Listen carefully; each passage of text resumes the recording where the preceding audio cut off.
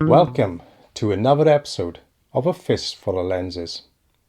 In this episode, we'll be taking a closer look at the Nikon 50mm f1.2 lens, and we'll be focusing on the AIS version. Nikon never made a faster f-mount lens than this one, and is said to be the sharpest Nikon f-mount lens ever made while shot at f2. A bold claim that I'm eager to test for myself. For this review, I'll be using the Sony A7R Mark III, and I'll be using the lens to shoot video and stills, which will be shown straight out of camera without any editing or colour grading. So you can see how the lens performs in its rawest form, in real world conditions, with its character, strengths and any weaknesses undisguised. For the technically minded of you out there, the lens optical construction is 7 elements in 6 groups. It has 9 aperture blades and a close focus of 0.5 meters. The lens weighs in at 366 grams, and like many of the Nikon lenses of the period, it accepts 52mm filters. This lens came to market in 1981. So what was the world like in 1981? Well, let's take a trip together down memory lane. In 1981, The Hitchhiker's Guide to the Galaxy was on our TV sets. And in our shops, the ZX81 home computer goes on sale. 1981 was also the year when Bucks Fizz win the Eurovision Song Contest. In 1981, when I was young, this lens would have been well out of my price range because we were very poor. Now, after years of hard work, serious graft and dedication, I can confirm I am no longer young.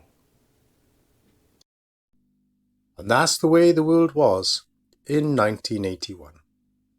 So let's get out there in the real world and let's put this old Nikon lens through its paces.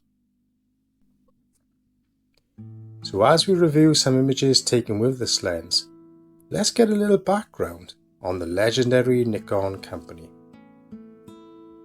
Nikon history began in July 1917, producing microscopes, binoculars, bomb sights and periscopes for the Japanese military.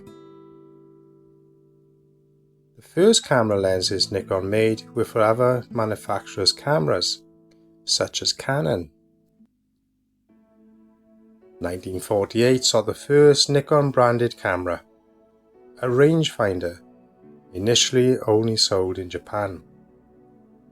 But it was the photographers from the prestigious Life magazine that drew attention to the brand, when they started using Nikon lenses as cheaper alternatives to Leica lenses, with seemingly little to no penalty in image quality.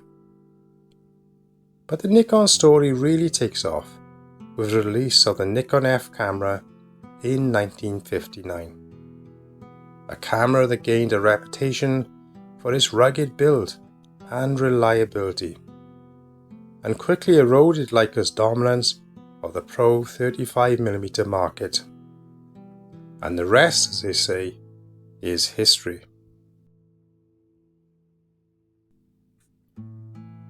By the time this lens came out in 1981, Nikon was the dominant manufacturer in the Pro 35mm market, with a lineup of lenses from 6mm fisheye to 2000mm super telephoto, and super fast lenses like this one, along with the excellent Nikon F3 camera that debuted in 1980. This lens was said to be the sharpest Nikon f-mount lens ever made when shot at f2. So let's take a look at the images shot at f2.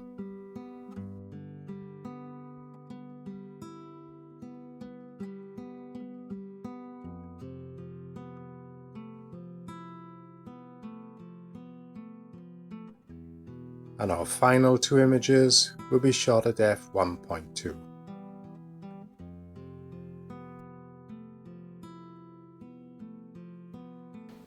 So as we look at some video shot with the lens, what are my final conclusions about this old Nikon classic?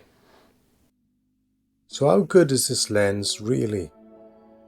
Many, I'm sure, will want to know how usable the lens is at f1.2.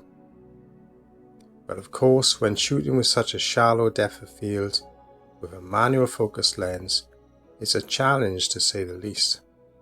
The depth of field at f1.2 is razor thin.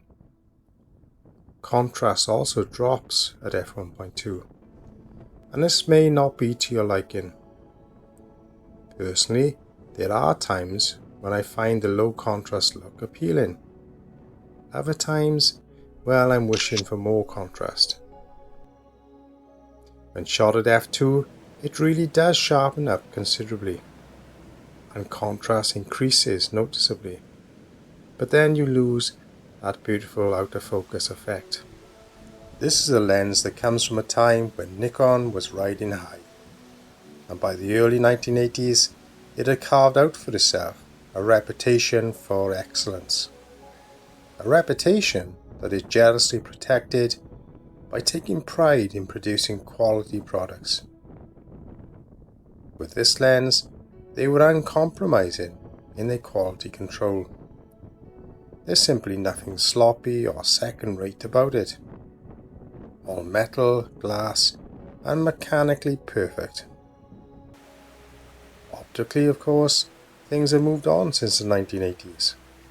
But make no mistake, this lens is no slouch.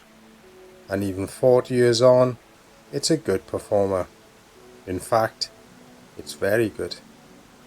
And with a little practice, I'm sure, this lens is capable of producing some stunning results.